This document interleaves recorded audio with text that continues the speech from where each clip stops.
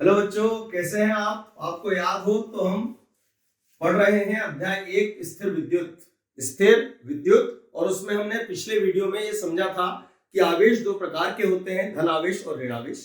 ठीक है बच्चों, यदि दोनों आवेश प्लस हो या दोनों क्या हो माइनस, अर्थात दोनों एक जात के अर्थात सजाती हो, तो वे एक दूसरे को प्रतिकर्षित करते हैं। और यदि एक प्लस एक माइनस अर्थात विजाती मतलब अलग अलग जात के, तो वे एक दूसरे को आकर्षित करते हैं। पर प्रश्न उठता है कि ये बल कितना होता है, मतलब किस बल से वो आकर्षित या प्रतिकर्षित करते हैं। तो उस बल का परिमाण या स्थिर विद्युत बल का परिमाण ज्ञात करने के लिए एक वैज्ञानिक जिसका नाम कूलाम था, उसने एक नियम प्रतिपादित किया जिसे हम कूलाम का व्युत्क्रम वर्ग का नियम कहते हैं। तो बच्चों, अब हम कूलाम का व्युत्क्रम वर्ग का नियम समझने जा रहे हैं और उसके आधार पर ये समझेंगे कि स्थिर विद्युत बल का सूत्र कैसे स्थापित होता है। तो ध्यानपूर्वक समझिएगा, कूलाम का व्युत्क्रम वर्ग का नियम। बच्चों, हम ये भी समझ लें कि इसे व्युत्क्रम वर्ग का नियम क्यों कहते हैं, क्योंकि इस नियम के अंतर्गत स्थिर विद्युत बल जो आएगा वो दोनों आवेशों के बीच की दूरी के वर्ग के व्युत्क्रमानुपाती होगा, इसलिए इस नियम को व्युत्क्रम वर्ग का नियम कहते हैं। अब हम देखेंगे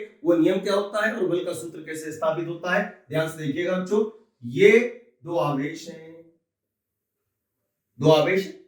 एक का परिमाण Q1 है, एक का परिमाण Q2। अरे परिमाण क्या है, तो आवेश का मान बिना चिन्ह के उसे आवेशों का परिमाण कहते हैं। ठीक है बच्चों, इनके बीच की दूरी मान लो कितनी है R। तो कूलाम के नियम के अनुसार इनके मध्य जो बल लगेगा वो बल दो बातों पर निर्भर करेगा, एक इन आवेशों के परिमाण और दूसरा इनके बीच की दूरी। अब कैसे निर्भर करेगा, तो ध्यान से देखिएगा, इनके मध्य जो बल लगेगा वो नंबर 1 अनुक्रमानुपाती होगा Q1 Q2, अर्थात आवेशों के परिमाण के गुणनफल के अनुक्रमानुपाती होगा। और बच्चों, वो व्युत्क्रमानुपाती होगा बीच की दूरी के वर्ग की।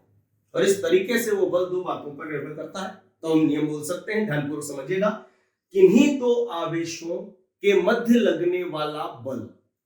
अरे पर यह बल या तो आकर्षण होगा या प्रतिकर्षण, तो हमें ये शब्द भी शामिल करने होंगे। तो एक बार फिर से बोलते हैं, क्या बोलेंगे, किन्हीं दो आवेशों के मध्य लगने वाला आकर्षण अथवा प्रतिकर्षण बल उन आवेशों के परिमाण के गुणनफल के अनुक्रमानुपाती और उनके बीच की दूरी के वर्ग के व्युत्क्रमानुपाती होता है। और इसे कहते हैं बच्चों कूलाम का व्युत्क्रम वर्ग का नियम। अब यदि हमें बल का सूत्र स्थापित करना है तो हमें तीन चीजें चाहिए होंगी बच्चों, एक दो आवेशों के परिमाण और दूसरा उनके बीच की दूरी।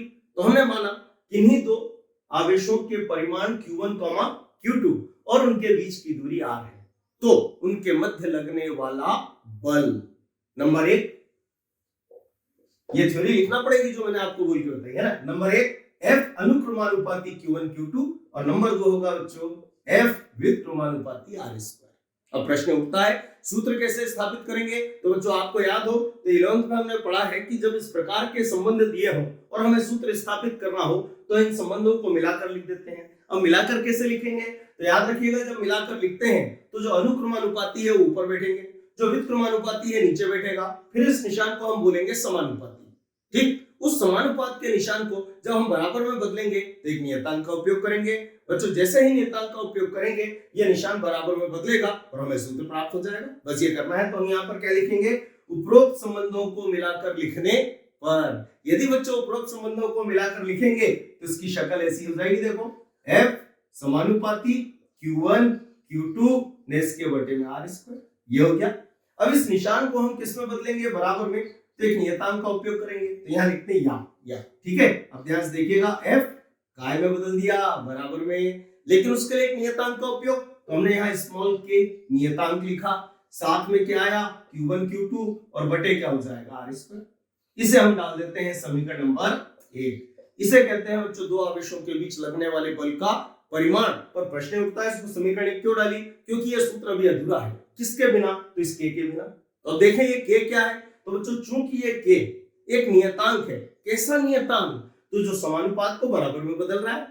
तो आपने 11th में पढ़ा होगा बच्चों कि ऐसा नियतांक जो समानुपात को बराबर में बदलता हो उसे समानुपातिक नियतांक कहते हैं। अर्थात K क्या है बच्चों, समानुपातिक नियतांक है। इसके साथ साथ ये जो K है, चूंकि ये कूलाम के नियम में आ रहा है तो हम इसे कूलाम नियतांक भी कह सकते हैं। और बच्चों चूंकि ये स्थिर विद्युत बल के सूत्र में आ रहा है इसलिए हम इसको स्थिर विद्युत बल नियतांक भी कह सकते हैं। अब यहाँ याद रखिएगा ये के माना कि एक नियतांक है, पर ऐसा नियतांक है बच्चों जिसका अपना मात्रक और विमीय सूत्र होता है।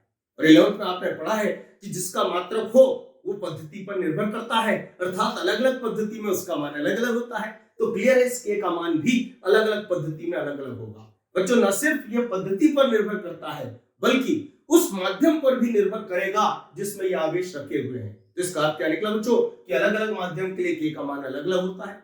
इसका अर्थ यह निकला बच्चों कि ये जो के है ये दो बातों पर निर्भर करता है, नंबर एक माध्यम पर और नंबर 2 पद्धति पर।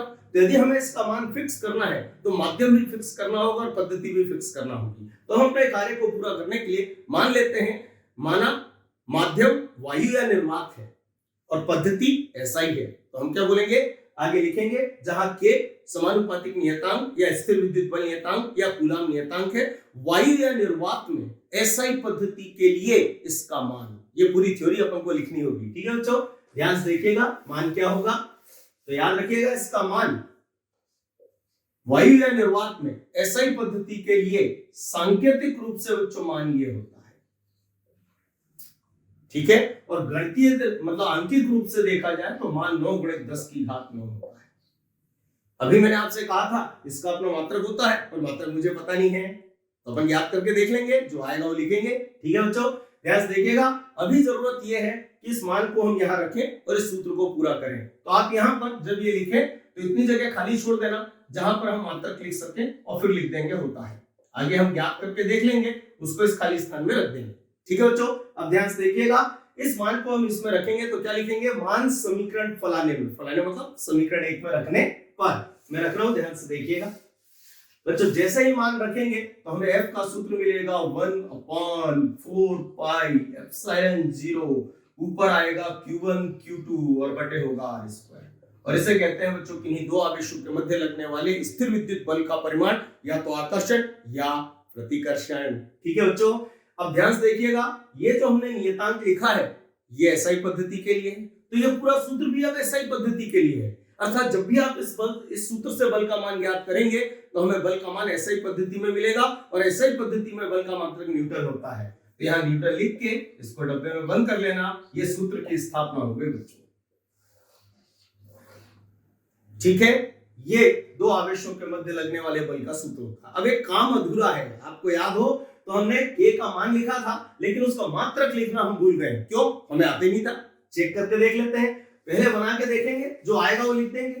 तो बच्चों आपको याद हो 11th में आपने पढ़ा है कि हम सूत्र से मात्रक और विमीय सूत्र बना सकते हैं। तो ये सूत्र है, हमें इससे के का मात्रक बनाना, मैं आपको बना के बताता हूं। ध्यान से देखिएगा, इस r² का हमने इधर क्रॉस गुणा किया और इस q1 q2 को हमने बटे में उतार दिया। उधर अकेला क्या बचने का, k बराबर क्या आएगा बच्चों, f, फिर क्या होगा r² बटे में क्या आ जाएगा q1 और क्या हो जाएगा q2। ये हो गया। अब ये सूत्र ये कहता है कि यदि आपको किसका मात्रक चाहिए, k का, तो k को छोड़ इन चारों के मात्रक पता होने चाहिए। पता है हमें बच्चों, ये क्या है, बल, बल का मात्रक होता है न्यूटन। ये क्या है, दूरी, दूरी का मात्रक होता है मीटर, इसकी घात 2, तो इसकी भी घात कितनी हो जाएगी 2। बटे में क्या लिखा हुआ है, आवेश। अरे ये भी क्या लिखा, आवेश। अरे दो आवेश है, हमने पिछले वीडियोस में ये पढ़ा है कि ये जो आवेश होता है इसका ऐसा ही मात्रक कूलाम होता है, जैसे हम सी लिख सकते हैं। तो बच्चों ये भी कूलाम और ये भी कूलाम, तो ये हो जाएगा कूलाम का स्क्वायर। तो ये मात्रक किसका हो गया, के का। पढ़े मात्रक को न्यूटन मीटर स्क्वायर, फिर इस लाइन को बोलेंगे प्रति और नीचे क्या आ जाएगा कूलाम स्क्वायर, ये मात्रक होता है। तो जब आप लिखें 9 × 10 की घात 9 तो उसके साइड में इस मात्रक को लिखिएगा। तो यहाँ हम लिख देंगे न्यूटन मीटर स्क्वायर पर कूलाम स्क्वायर। ठीक है बच्चों, और इसे कहते हैं कूलाम का विक्रम वर्ग का नियम और उसके आधार पर स्थिर विद्युत बल का सूत्र। ठीक है बच्चों, तो आज हम इस वीडियो में इतना ही रखते हैं, अगले वीडियो में देखेंगे। ठीक है।